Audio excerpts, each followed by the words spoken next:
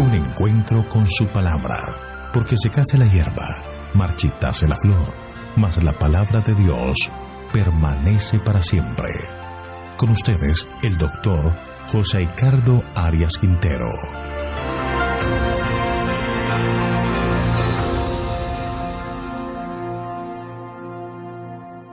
Hoy vamos a estudiar Mateo capítulo 17, versículos 14 al 21. Jesús sana a un muchacho lunático. Te invito a orar. Padre nuestro que estás en el cielo, alabado, glorificado y exaltado sea tu santo nombre.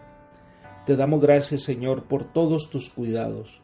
Te damos gracias por este día que nos regalas. Y te pedimos en este momento que al abrir la Escritura, el mensaje de tu palabra pueda llegar a nuestro corazón e impactar nuestra vida. Gracias, Señor, por tu bendición. Gracias por estar con nosotros, pues lo pedimos en el nombre de Jesús. Amén. Hemos estado estudiando el capítulo 17 de Mateo. Comenzamos con la transfiguración de Jesús ante Pedro, Santiago y Juan. Mateo nos dice que enseguida, cuando terminaron de descender del monte, se encontraron con una situación incómoda.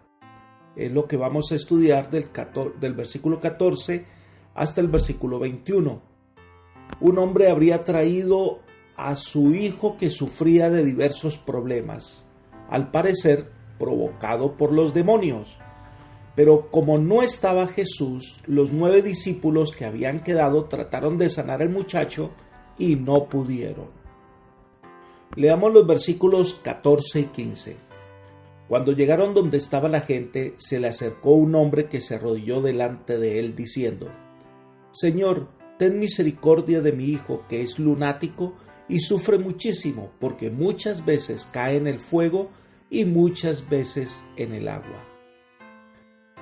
Mateo dice que al día siguiente, después de la transfiguración de Jesús, después de una noche tan especial donde la gloria del Señor se había manifestado, dice que habían terminado de descender del monte. Los 3 discípulos venían en silencio y cuando llegaron encontraron algo interesante. Elena de White dice: al divisar a Jesús, la gente que estaba en la llanura corrió a su encuentro, saludándole con expresiones de reverencia y gozo. Sin embargo, su ojo avisor discernió que estaban en gran perplejidad. Los discípulos parecían turbados. Acababa de ocurrir una circunstancia que les había ocasionado amargo chasco y humillación. Libro deseado de todas las gentes, página 393. Marcos, en el relato paralelo, cuenta esta misma historia así, en Marcos capítulo 9, versículos 14 y 15. Cuando llegó a donde estaban los discípulos, vio una gran multitud alrededor de ellos y escribas que discutían con ellos. Enseguida toda la gente, viéndolo, se asombró y corriendo a él lo saludaron. Era una escena muy particular. Los discípulos a lo mejor evitaban la mirada de Jesús y los saduceos estaban allí para reprochar o desacreditar la obra de Jesús. Entonces, de entre la multitud salió un hombre que se arrodilla ante Jesús y le explica que tiene un hijo que es, según Mateo, un lunático. Berkeley explica: Mateo describe al chico con el verbo selenaisestai, que quiere decir literalmente afectado por la luna o lunático. Como era normal en aquel tiempo, el padre atribuía la condición del chico a la influencia maligna de espíritus inmundos. Tan seria era su condición que ponía en peligro su persona y a otras. Cabe destacar la fe de este padre de familia, que considera que Jesús puede ayudarle.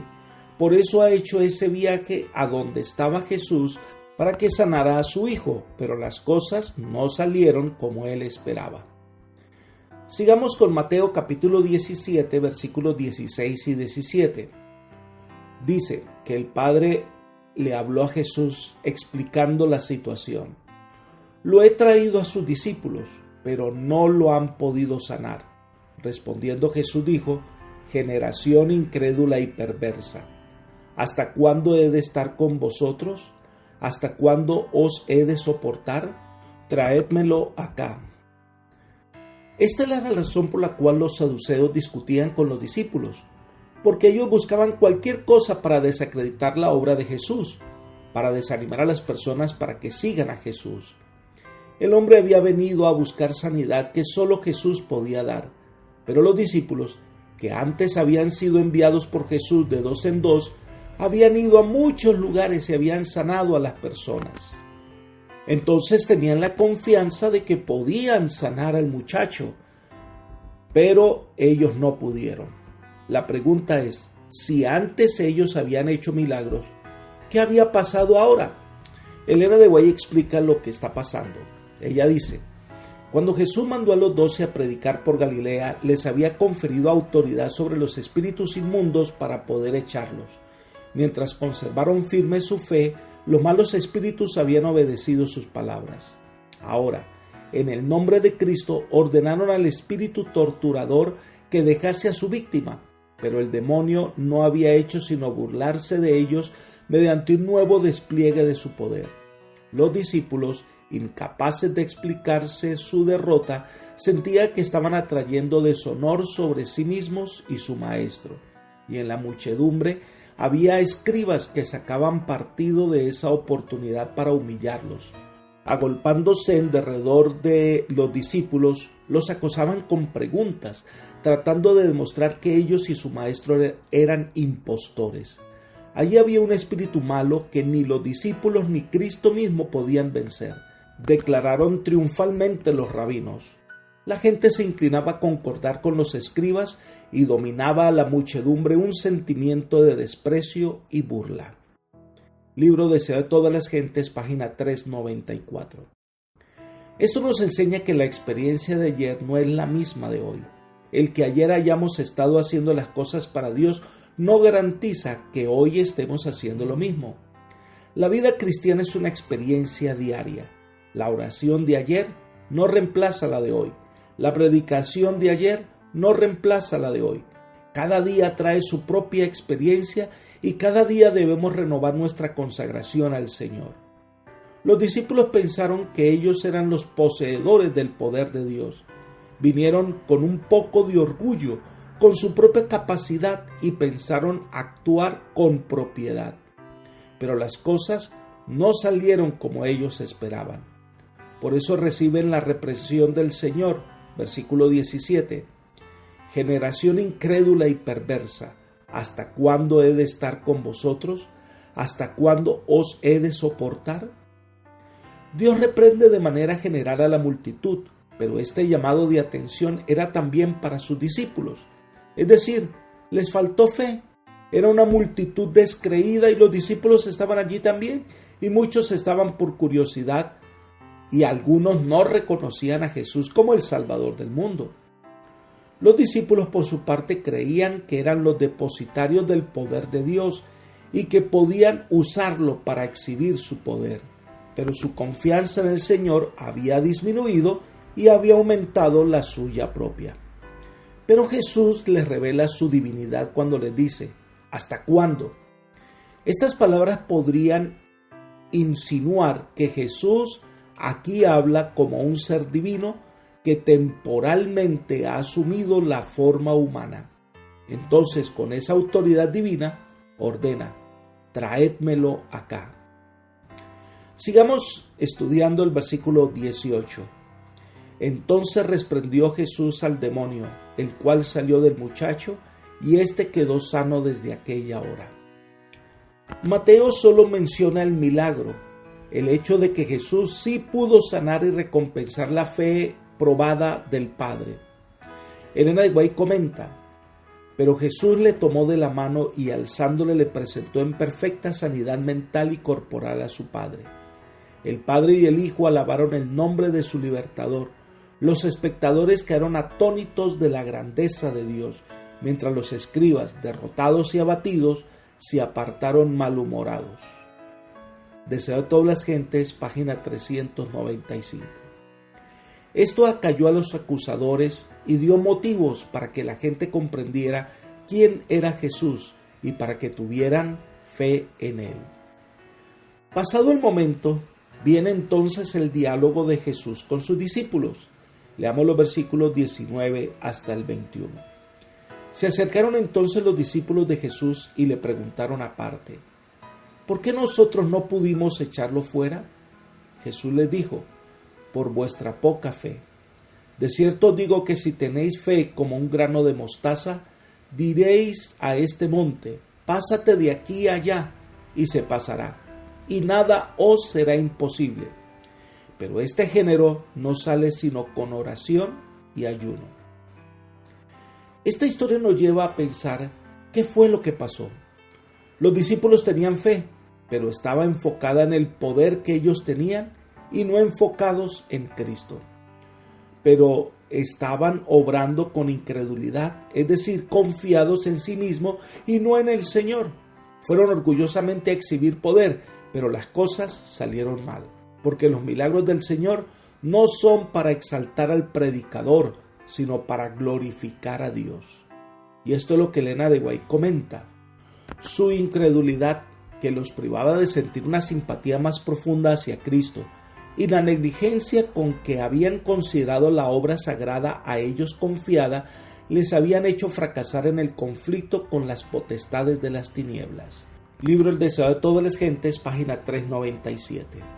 Entonces el Señor les dice que la fe puede ser comparada con un grano de mostaza, que puede ser pequeña en un comienzo, pero escondido dentro de sí lleva el germen de la vida, y en circunstancias favorables crecerá.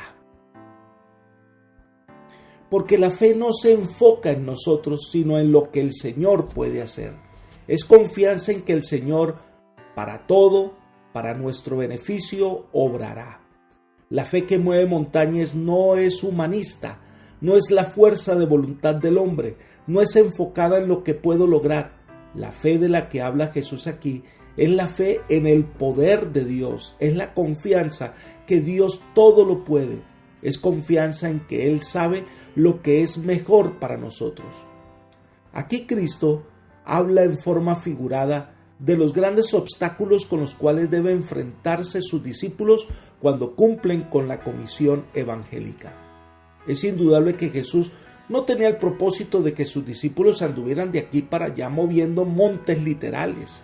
Sin embargo, prometió que ninguna dificultad, no importa cuán grande pudiera parecer, sería capaz de impedir el cumplimiento de su divino propósito de salvar a los pecadores.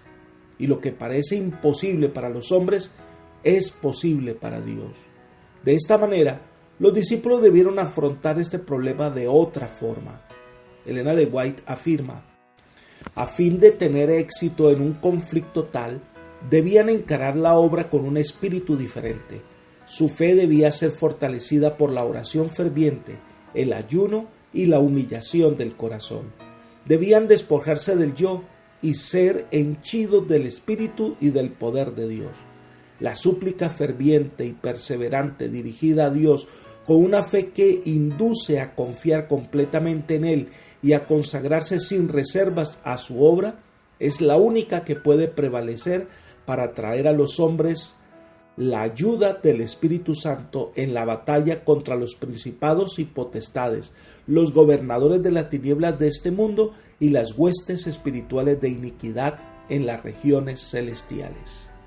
Libro El deseo de todas las gentes, página 397. Si tenemos confianza en Dios, si lo conocemos por experiencia personal, si esa confianza en Dios fuera pequeña pero va creciendo, podemos enfrentar todos los obstáculos que Satanás nos presenta como montañas.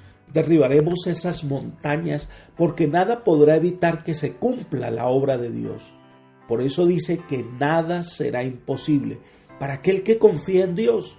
Dios espera nuestra entrega humilde a su voluntad para hacer su poderosa obra en nosotros y por medio de nosotros. Apreciado amigo y hermano, somos llamados a confiar en la poderosa mano del Señor, a colocar nuestra vida bajo la dirección del Todopoderoso y confiando en Él, podremos obtener la vida eterna. Que el Señor te bendiga y te guarde y te guíe por sendas de paz, es mi oración por ti. Amén.